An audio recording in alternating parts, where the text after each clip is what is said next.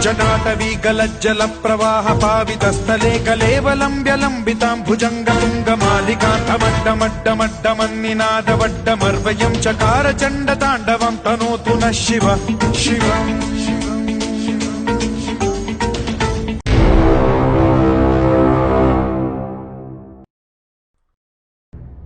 दोस्तों, समय था आज से करीब 6 करोड़ 50 लाख साल पहले पृथ्वी के साथ एक ऐसी खगोलीय घटना घटी जिसने पृथ्वी को पूरी तरह धूल के बादलों से ढक दिया।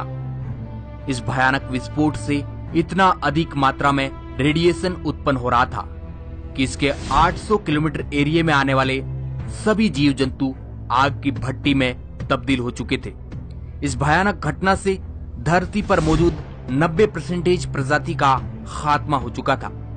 पृथ्वी पर रहने वाला 25 किलो से ज्यादा वजनी हर जीव जलकर खाक हो चुका था।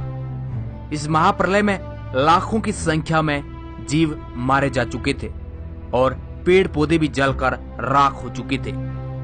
दोस्तों, यहाँ से डायनासोरों का काल खत्म हो चुका था, लेकिन यह महाप्रलय छोटी प्रजाति के जीवों के लिए फायदेमंद साबित हुआ और वो प्रजाति थे मैमल्स की, यानी आसान शब्दों में कहा जाए तो स्तनधारी जीव।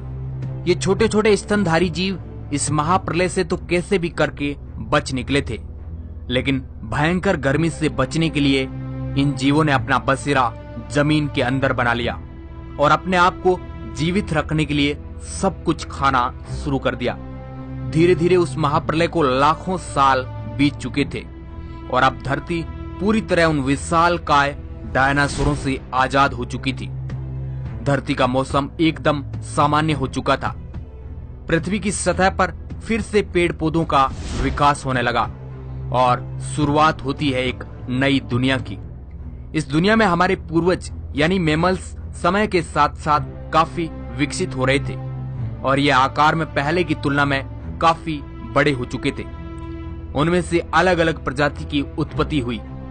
उनमें से कई सारे जीव जिनके हाथ और पैर हमारी तरह ही थे, उनके शरीर में धीरे धीरे बदलाव होता रहा और वो अब सीधे खड़े होकर चलने लगे। अब समय आया आज से करीब 4.7 करोड़ साल पहले। उस वक्त पृथ्वी के वातावरण में लगातार बदलाव हो रहे थे। पृथ्वी के अंदर मौजूद टेक्टोनिक प्लेट्स में हलचल पैदा होने लगी और इसका नतीजा ये हुआ कि धरती के 2 बड़े भूभाग आपस में टकरा गए। इन भूभागों में आज का हमारा भारत भी शामिल था। इन दोनों भूभागों के टकराने से एक नई पर्वत श्रृंखला का निर्माण हुआ, जिन्हें आज हम हिमालय पर्वत श्रृंखला के नाम से जानते हैं। ये वही पर्वत है जो दुनिया का सबसे बड़ा शिखर है, माउंट एवरेस्ट। इस पर्वत श्रृंखला की वजह से मौसम का फॉर्मूला बदलने लगा और पृथ्वी का वातावरण काफी ठंडा हो चुका था और इन पर्वत श्रृंखला से गिरने वाले बर्फ ने कई बड़ी बड़ी नदियों को जन्म दिया। ये वही नदियां हैं जो कि आज 50% से ज्यादा मानव जाति के लिए पानी का स्रोत है। ओलिगोने इपोक में करीब आज से 2 करोड़ साल पहले ग्लोबल कूलिंग हुई, जिसके चलते घास के मैदानों में बढ़ोतरी होने लगी और जंगल धीरे धीरे खात्मे की ओर बढ़ रहे थे। उस परिस्थिति में कुछ ऐसे जानवर विकसित हुए जो खुले मैदान में रहना पसंद करते थे और इन्हीं में दूसरे जानवर को खाने वाले जीव भी मौजूद थे। मगर दोस्तों, अब भी पृथ्वी पर एक अंश की कमी थी, जो था मानव, जो अभी हम वीडियो देख रहे हैं। आखिर ये मानव आया कहां से था?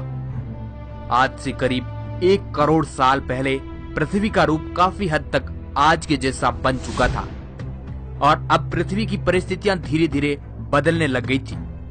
आज से करीब 40 लाख वर्ष पहले पृथ्वी के अंदर टेक्टोनिक प्लेट में हलचल होने से अफ्रीका के पूर्वी इलाकों में एक नई पर्वत श्रृंखला का जन्म हुआ, ईस्ट अफ्रीकन रिफ्ट वाले। ये पर्वत श्रृंखला यहाँ पर आने वाली मौसमी हवाओं के लिए एक अवरुद्ध बनकर खड़ी हो गई थी। इसकी वजह से यहाँ का वातावरण पूरी तरह से बदल गया और इस जंगलों में बारिश आनी बंद हो गई। इन विशाल जंगलों में निवास करते थे एप्स, जिन्हें पेरोला पिथिकस के नाम से जाना जाता है। इनका निवास स्थान पेड़ों पर था और उन्हें भरपूर मात्रा में खाना खाने के लिए बड़ी आसानी से मिल जाता था। ये एक टहनी से दूसरी टहनी पर कूदने में सक्षम नहीं थे। ये कभी कभी पेड़ों की डाली पर 2 पैरों पर चलते थे। आगे चलकर ये बंदरों की प्रजाति गोरिल्ला और चिंपांजी में बदल गई तो कुछ इंसानों में तब्दील हो गई। ये पूरे अफ्रीका में फैले हुए थे, मगर समय बीतने के साथ साथ यहाँ पर अकाल की स्थिति आ गई। बारिश न होने की वजह से जंगल पूरी तरह से साफ हो चुके थे और इन एप्स के लिए पेट भरना भी मुश्किल हो रहा था। खाने की तलाश में इन्होंने पेड़ों से नीचे कदम रखा। ये थे अर्धीपिथिकस रेमिडस। ये हमारे पूर्वज थे। आज हम इन्हीं से डेवलप होकर ऐसे बने हैं। इस मानव प्रजाति ने सबसे पहले जमीन पर कदम रखा और ये मानव इतिहास का जमीन पर पहला कदम था। इनकी शक्ल कुछ हद तक हम इंसानों से मिलती थी और इनका दिमाग संतरे के जितना बड़ा होता था और इनके पास हम इंसानों जैसे दांत भी हुआ करते थे और आकार में ये लगभग 4 फीट लंबे होते थे। कई हजार सालों के विकास क्रम के बाद इन्होंने अपने आप को 2 पैरों पर चलने के लिए सक्षम बना लिया, जिस कारण ऊर्जा भी कम खर्च होती थी। 2 पैरों पर चलने की वजह से ये काफी लंबी दूरी तक अपनी नजर घुमा सकते थे। साथ ही साथ इनका दिमाग भी बुद्धिमान होता जा रहा था। समय बीतता गया, विकास की प्रक्रिया लगातार चलती रही और हमारे पूर्वज अपने शरीर में विकास करते गए। आज से करीब 23 लाख साल पहले हमारे पूर्वजों ने अपने दिमाग को काफी ज्यादा विकसित कर लिया था। इस प्रजाति का नाम था होमो हेबिलिस और उन्होंने पहली बार पत्थर को हथियार के रूप में इस्तेमाल करना शुरू किया और धीरे धीरे धारदार पत्थर की मदद से हथौड़ा बना लिया। कई सालों के लंबे अरसे से गुजरने के बाद इन्होंने अपने दिमाग को कुछ इस कदर बुद्धिमान बना लिया कि अब वह शिकार के लिए आपस में लड़ने की बजाय समूह में शिकार करने लगे थे। इसके बाद प्रजाति आई होमो इरेक्टस, जो अन्य जानवरों से ज्यादा बुद्धिमान थे। होमो इरेक्टस प्रजाति ने ही सबसे पहले आग का इस्तेमाल किया। ये खोज हमारे मानव इतिहास के लिए बेहद ही खास थी। उस वक्त यह एक अहम खोज थी।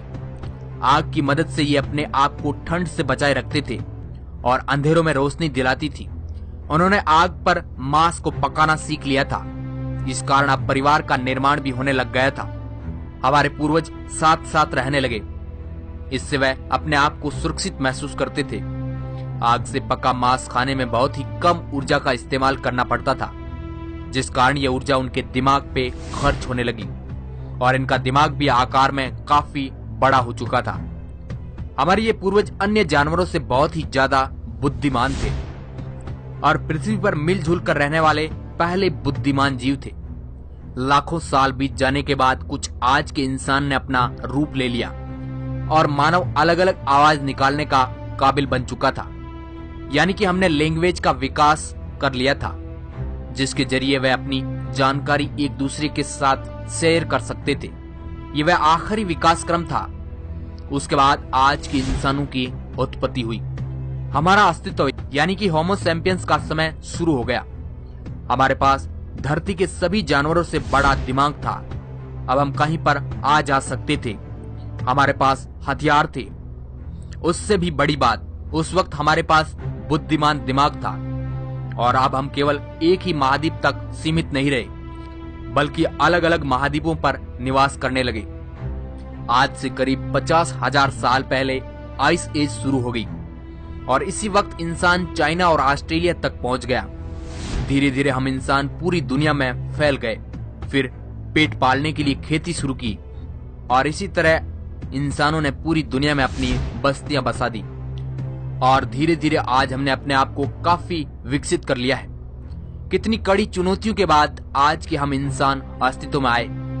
आज हमने इतनी ज्यादा टेक्नोलॉजी विकसित कर ली है कि अब हम केवल पृथ्वी तक ही सीमित नहीं रहे, बल्कि चांद पर भी कदम रख चुके हैं और विज्ञान की मदद से हम अलग दुनिया के बारे में खोज कर रहे हैं। आज पृथ्वी पर हमारे अलावा कोई ऐसा बुद्धिमान जीव नहीं है जो हमसे आगे है।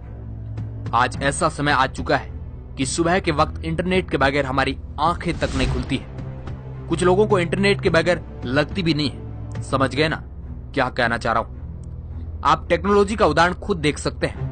अभी आपने 10 मिनट के अंदर मानव जाति के अस्तित्व का पता लगा लिया। आज हमें पता है कि हम मानव धरती पर कैसे आए। हमने अंतरिक्ष में जाकर कई रहस्यों को उजागर किया है और आगे भी टेक्नोलॉजी की विकास की प्रक्रिया लगातार जारी है। तो दोस्तों, कैसा लगा हमारा करोड़ों सालों का सफर? आप अपनी प्रतिक्रिया कमेंट बॉक्स में जरूर दें।